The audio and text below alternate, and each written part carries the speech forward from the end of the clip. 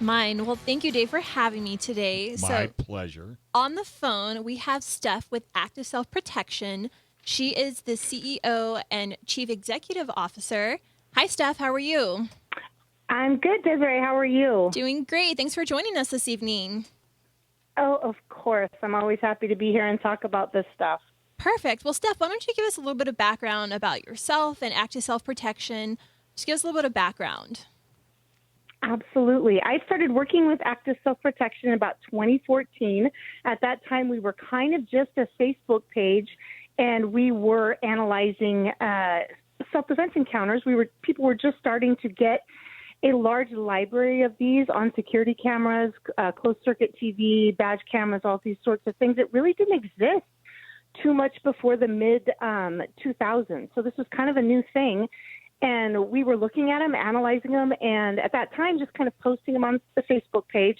That grew and morphed until now we are a YouTube channel, and actually two YouTube channels. One of them, we analyze a self-defense encounter every single day and post the video and a breakdown of it. And the second one, we do a whole mindset channel, legal lessons learned, different shooting lessons, dry fire lessons, classes that we've taken, guests, all kinds of things. So one's kind of a after-action channel, and one is kind of a mindset channel. Oh, that's awesome. And Steph, I love your guys' content. I mean, I know John Correa and your husband were actually out here a couple months ago where they did a big class for all of the San Diegans that wanted to attend. And we did 21 lessons or 10 lessons learned for the general audience a couple months ago. So why don't you tell us a little bit, Steph, about what you're going to be putting on for the ladies, of NOTMESD, and what the difference really is between the two seminars? Absolutely. The 21 lessons learned, which is kind of a misnomer because there's only 10. How many we can get through, right? Right. Well, and actually, there's dozens and dozens of them, but we try to start with the most important ones and get through however many we can. That is kind of the sister presentation to the one that I will do. It's the one we've been doing the longest. And the reason we started doing that is because we started realizing as we were watching these encounters and breakdowns that the same things were happening over and over, and there were these principles forming. And, of course, we all know that our training budgets are limited, whether that's your time budget, your money budget. It's limited for everyone. My ammo budget. So, yeah. So, and it may be a different budget for everyone, but we all are limited in the time and money and resources we can spend on our training. And so it became really important to us to share these principles so people could better inform their training. Make sure you were training for things that were actually likely to happen rather than worried about unicorns and things like that, you'd be better served focusing on these main principles.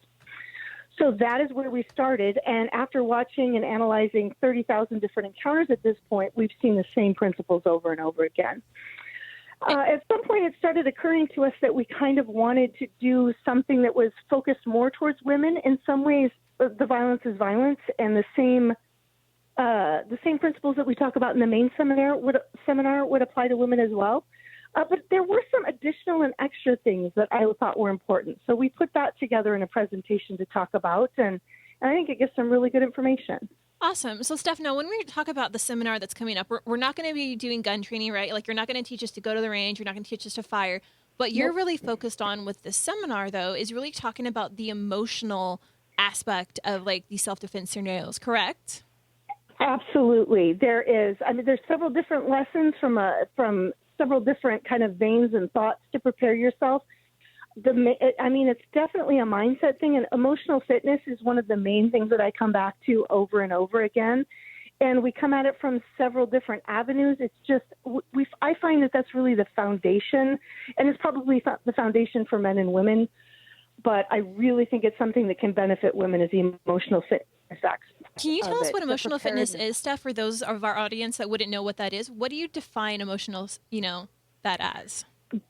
A couple of different ways, but the main thing is radical acceptance of reality. And that can be the radical acceptance of the situation that you're in, radical acceptance of who you are as a person, radical acceptance of what is happening to you right now if you were in a defensive encounter. So a lot of people will kind of freeze up and start, why is this happening to me? I don't understand why this person is doing this. This doesn't make sense to me.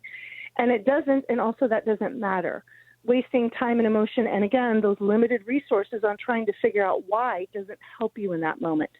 So just a radical acceptance of what is happening, the reality, who you are, can really get you on the right foot towards effectively defending yourself.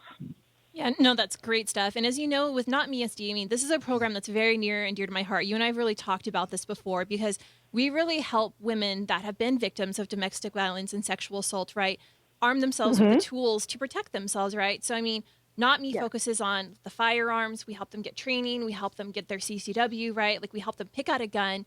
But that's all kind of like the physical aspect of it, right? Because we're teaching them about firearms and firearm ownership. This is kind of the other component now where we're really working on the mental aspect of, you know, how do you protect yourself?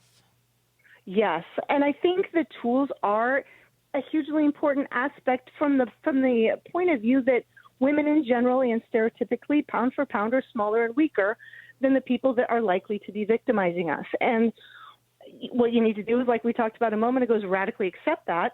And tools can be a great way to really exponentially help you and even the playing field, so to speak. But even more important than that is, I really think the emotional mindset, the preparedness, and a hugely important piece to me is accepting that you are a human being of great value and dignity and worth protecting and defending. And that sometimes is one of the more difficult lessons for women to accept and internalize and be willing to defend themselves simply because they are worthy of being defended.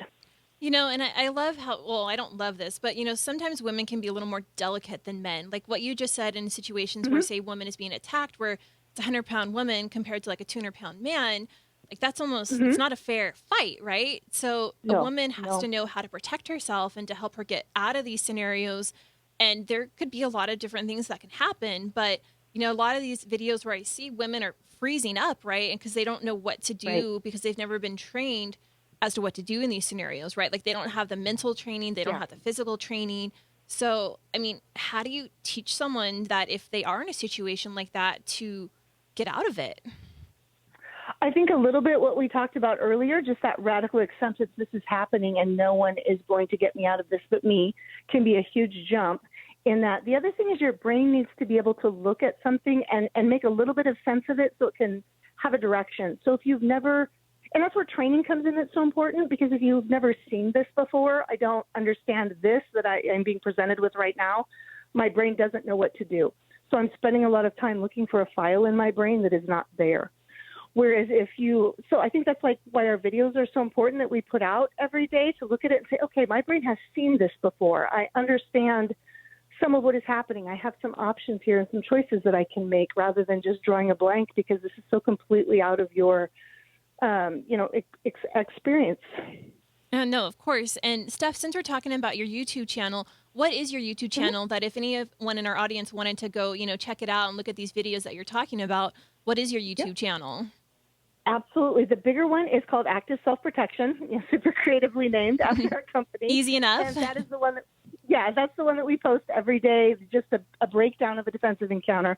The second one is Active Self-Protection Extra, and that's our training and mindset channel. And there are tons of free resources there. I mean, classes that we paid hundreds of dollars to attend and travel and everything else that are there for you to attend virtually for free. I think it's a fantastic resource, and I really think that is a great way to start building those files in your brain so that you can start making decisions about what real violence looks like and what are effective strategies to deal with it. Awesome. And speaking of free seminars, we have our seminar that you're going to be, you know, conducting for us, and it's going to be on July 1st at 7 p.m. Pacific Standard Time. If any of the ladies in the audience, you know, want to tune in and register for it, if you just go to our NOTMESD Facebook page, you can find the link on there with the event with all of the details. And speaking of details, Steph, do you want to give us a little teaser about, you know, maybe something that we're going to learn on the seminar? Absolutely. I think this is going to fit right in with what your mission is. We spend a great deal of time talking about that emotional fitness and how to do that, and really how to find that the value in you yourself and make sure that you understand that you're worthy of being protected and defended, but also some actual actionable strategies that you can take to really better defend your boundaries. And also as women, I find like over and over again, we see women end up in the self-defense industry because of something that has happened to them in their recent past, or that they're worried about something that's going to happen. And so they're really open to learning how to deal with it. And I think it's really something important that we can learn now and to pass on to our larger female community, our daughters, our sisters, whoever that is, to help them better protect and defend themselves. And hopefully with a really well-prepared mindset, sometimes you can avoid the problems right from the beginning. And if we can help show and teach those women that we love that's a huge win in my book. I agree. And I've definitely invited, my mom, my aunts, my sisters to come and attend the seminar because, as you said, you want everybody in your life to be protected. And if you can learn one key component, from the seminar, it's going to make a world of difference. Absolutely. And like you say, even if not everybody is someone that's interested in carrying a gun, and I would never say that everybody should be. I mean, to me, personal freedom and choices and responsibility are hugely important.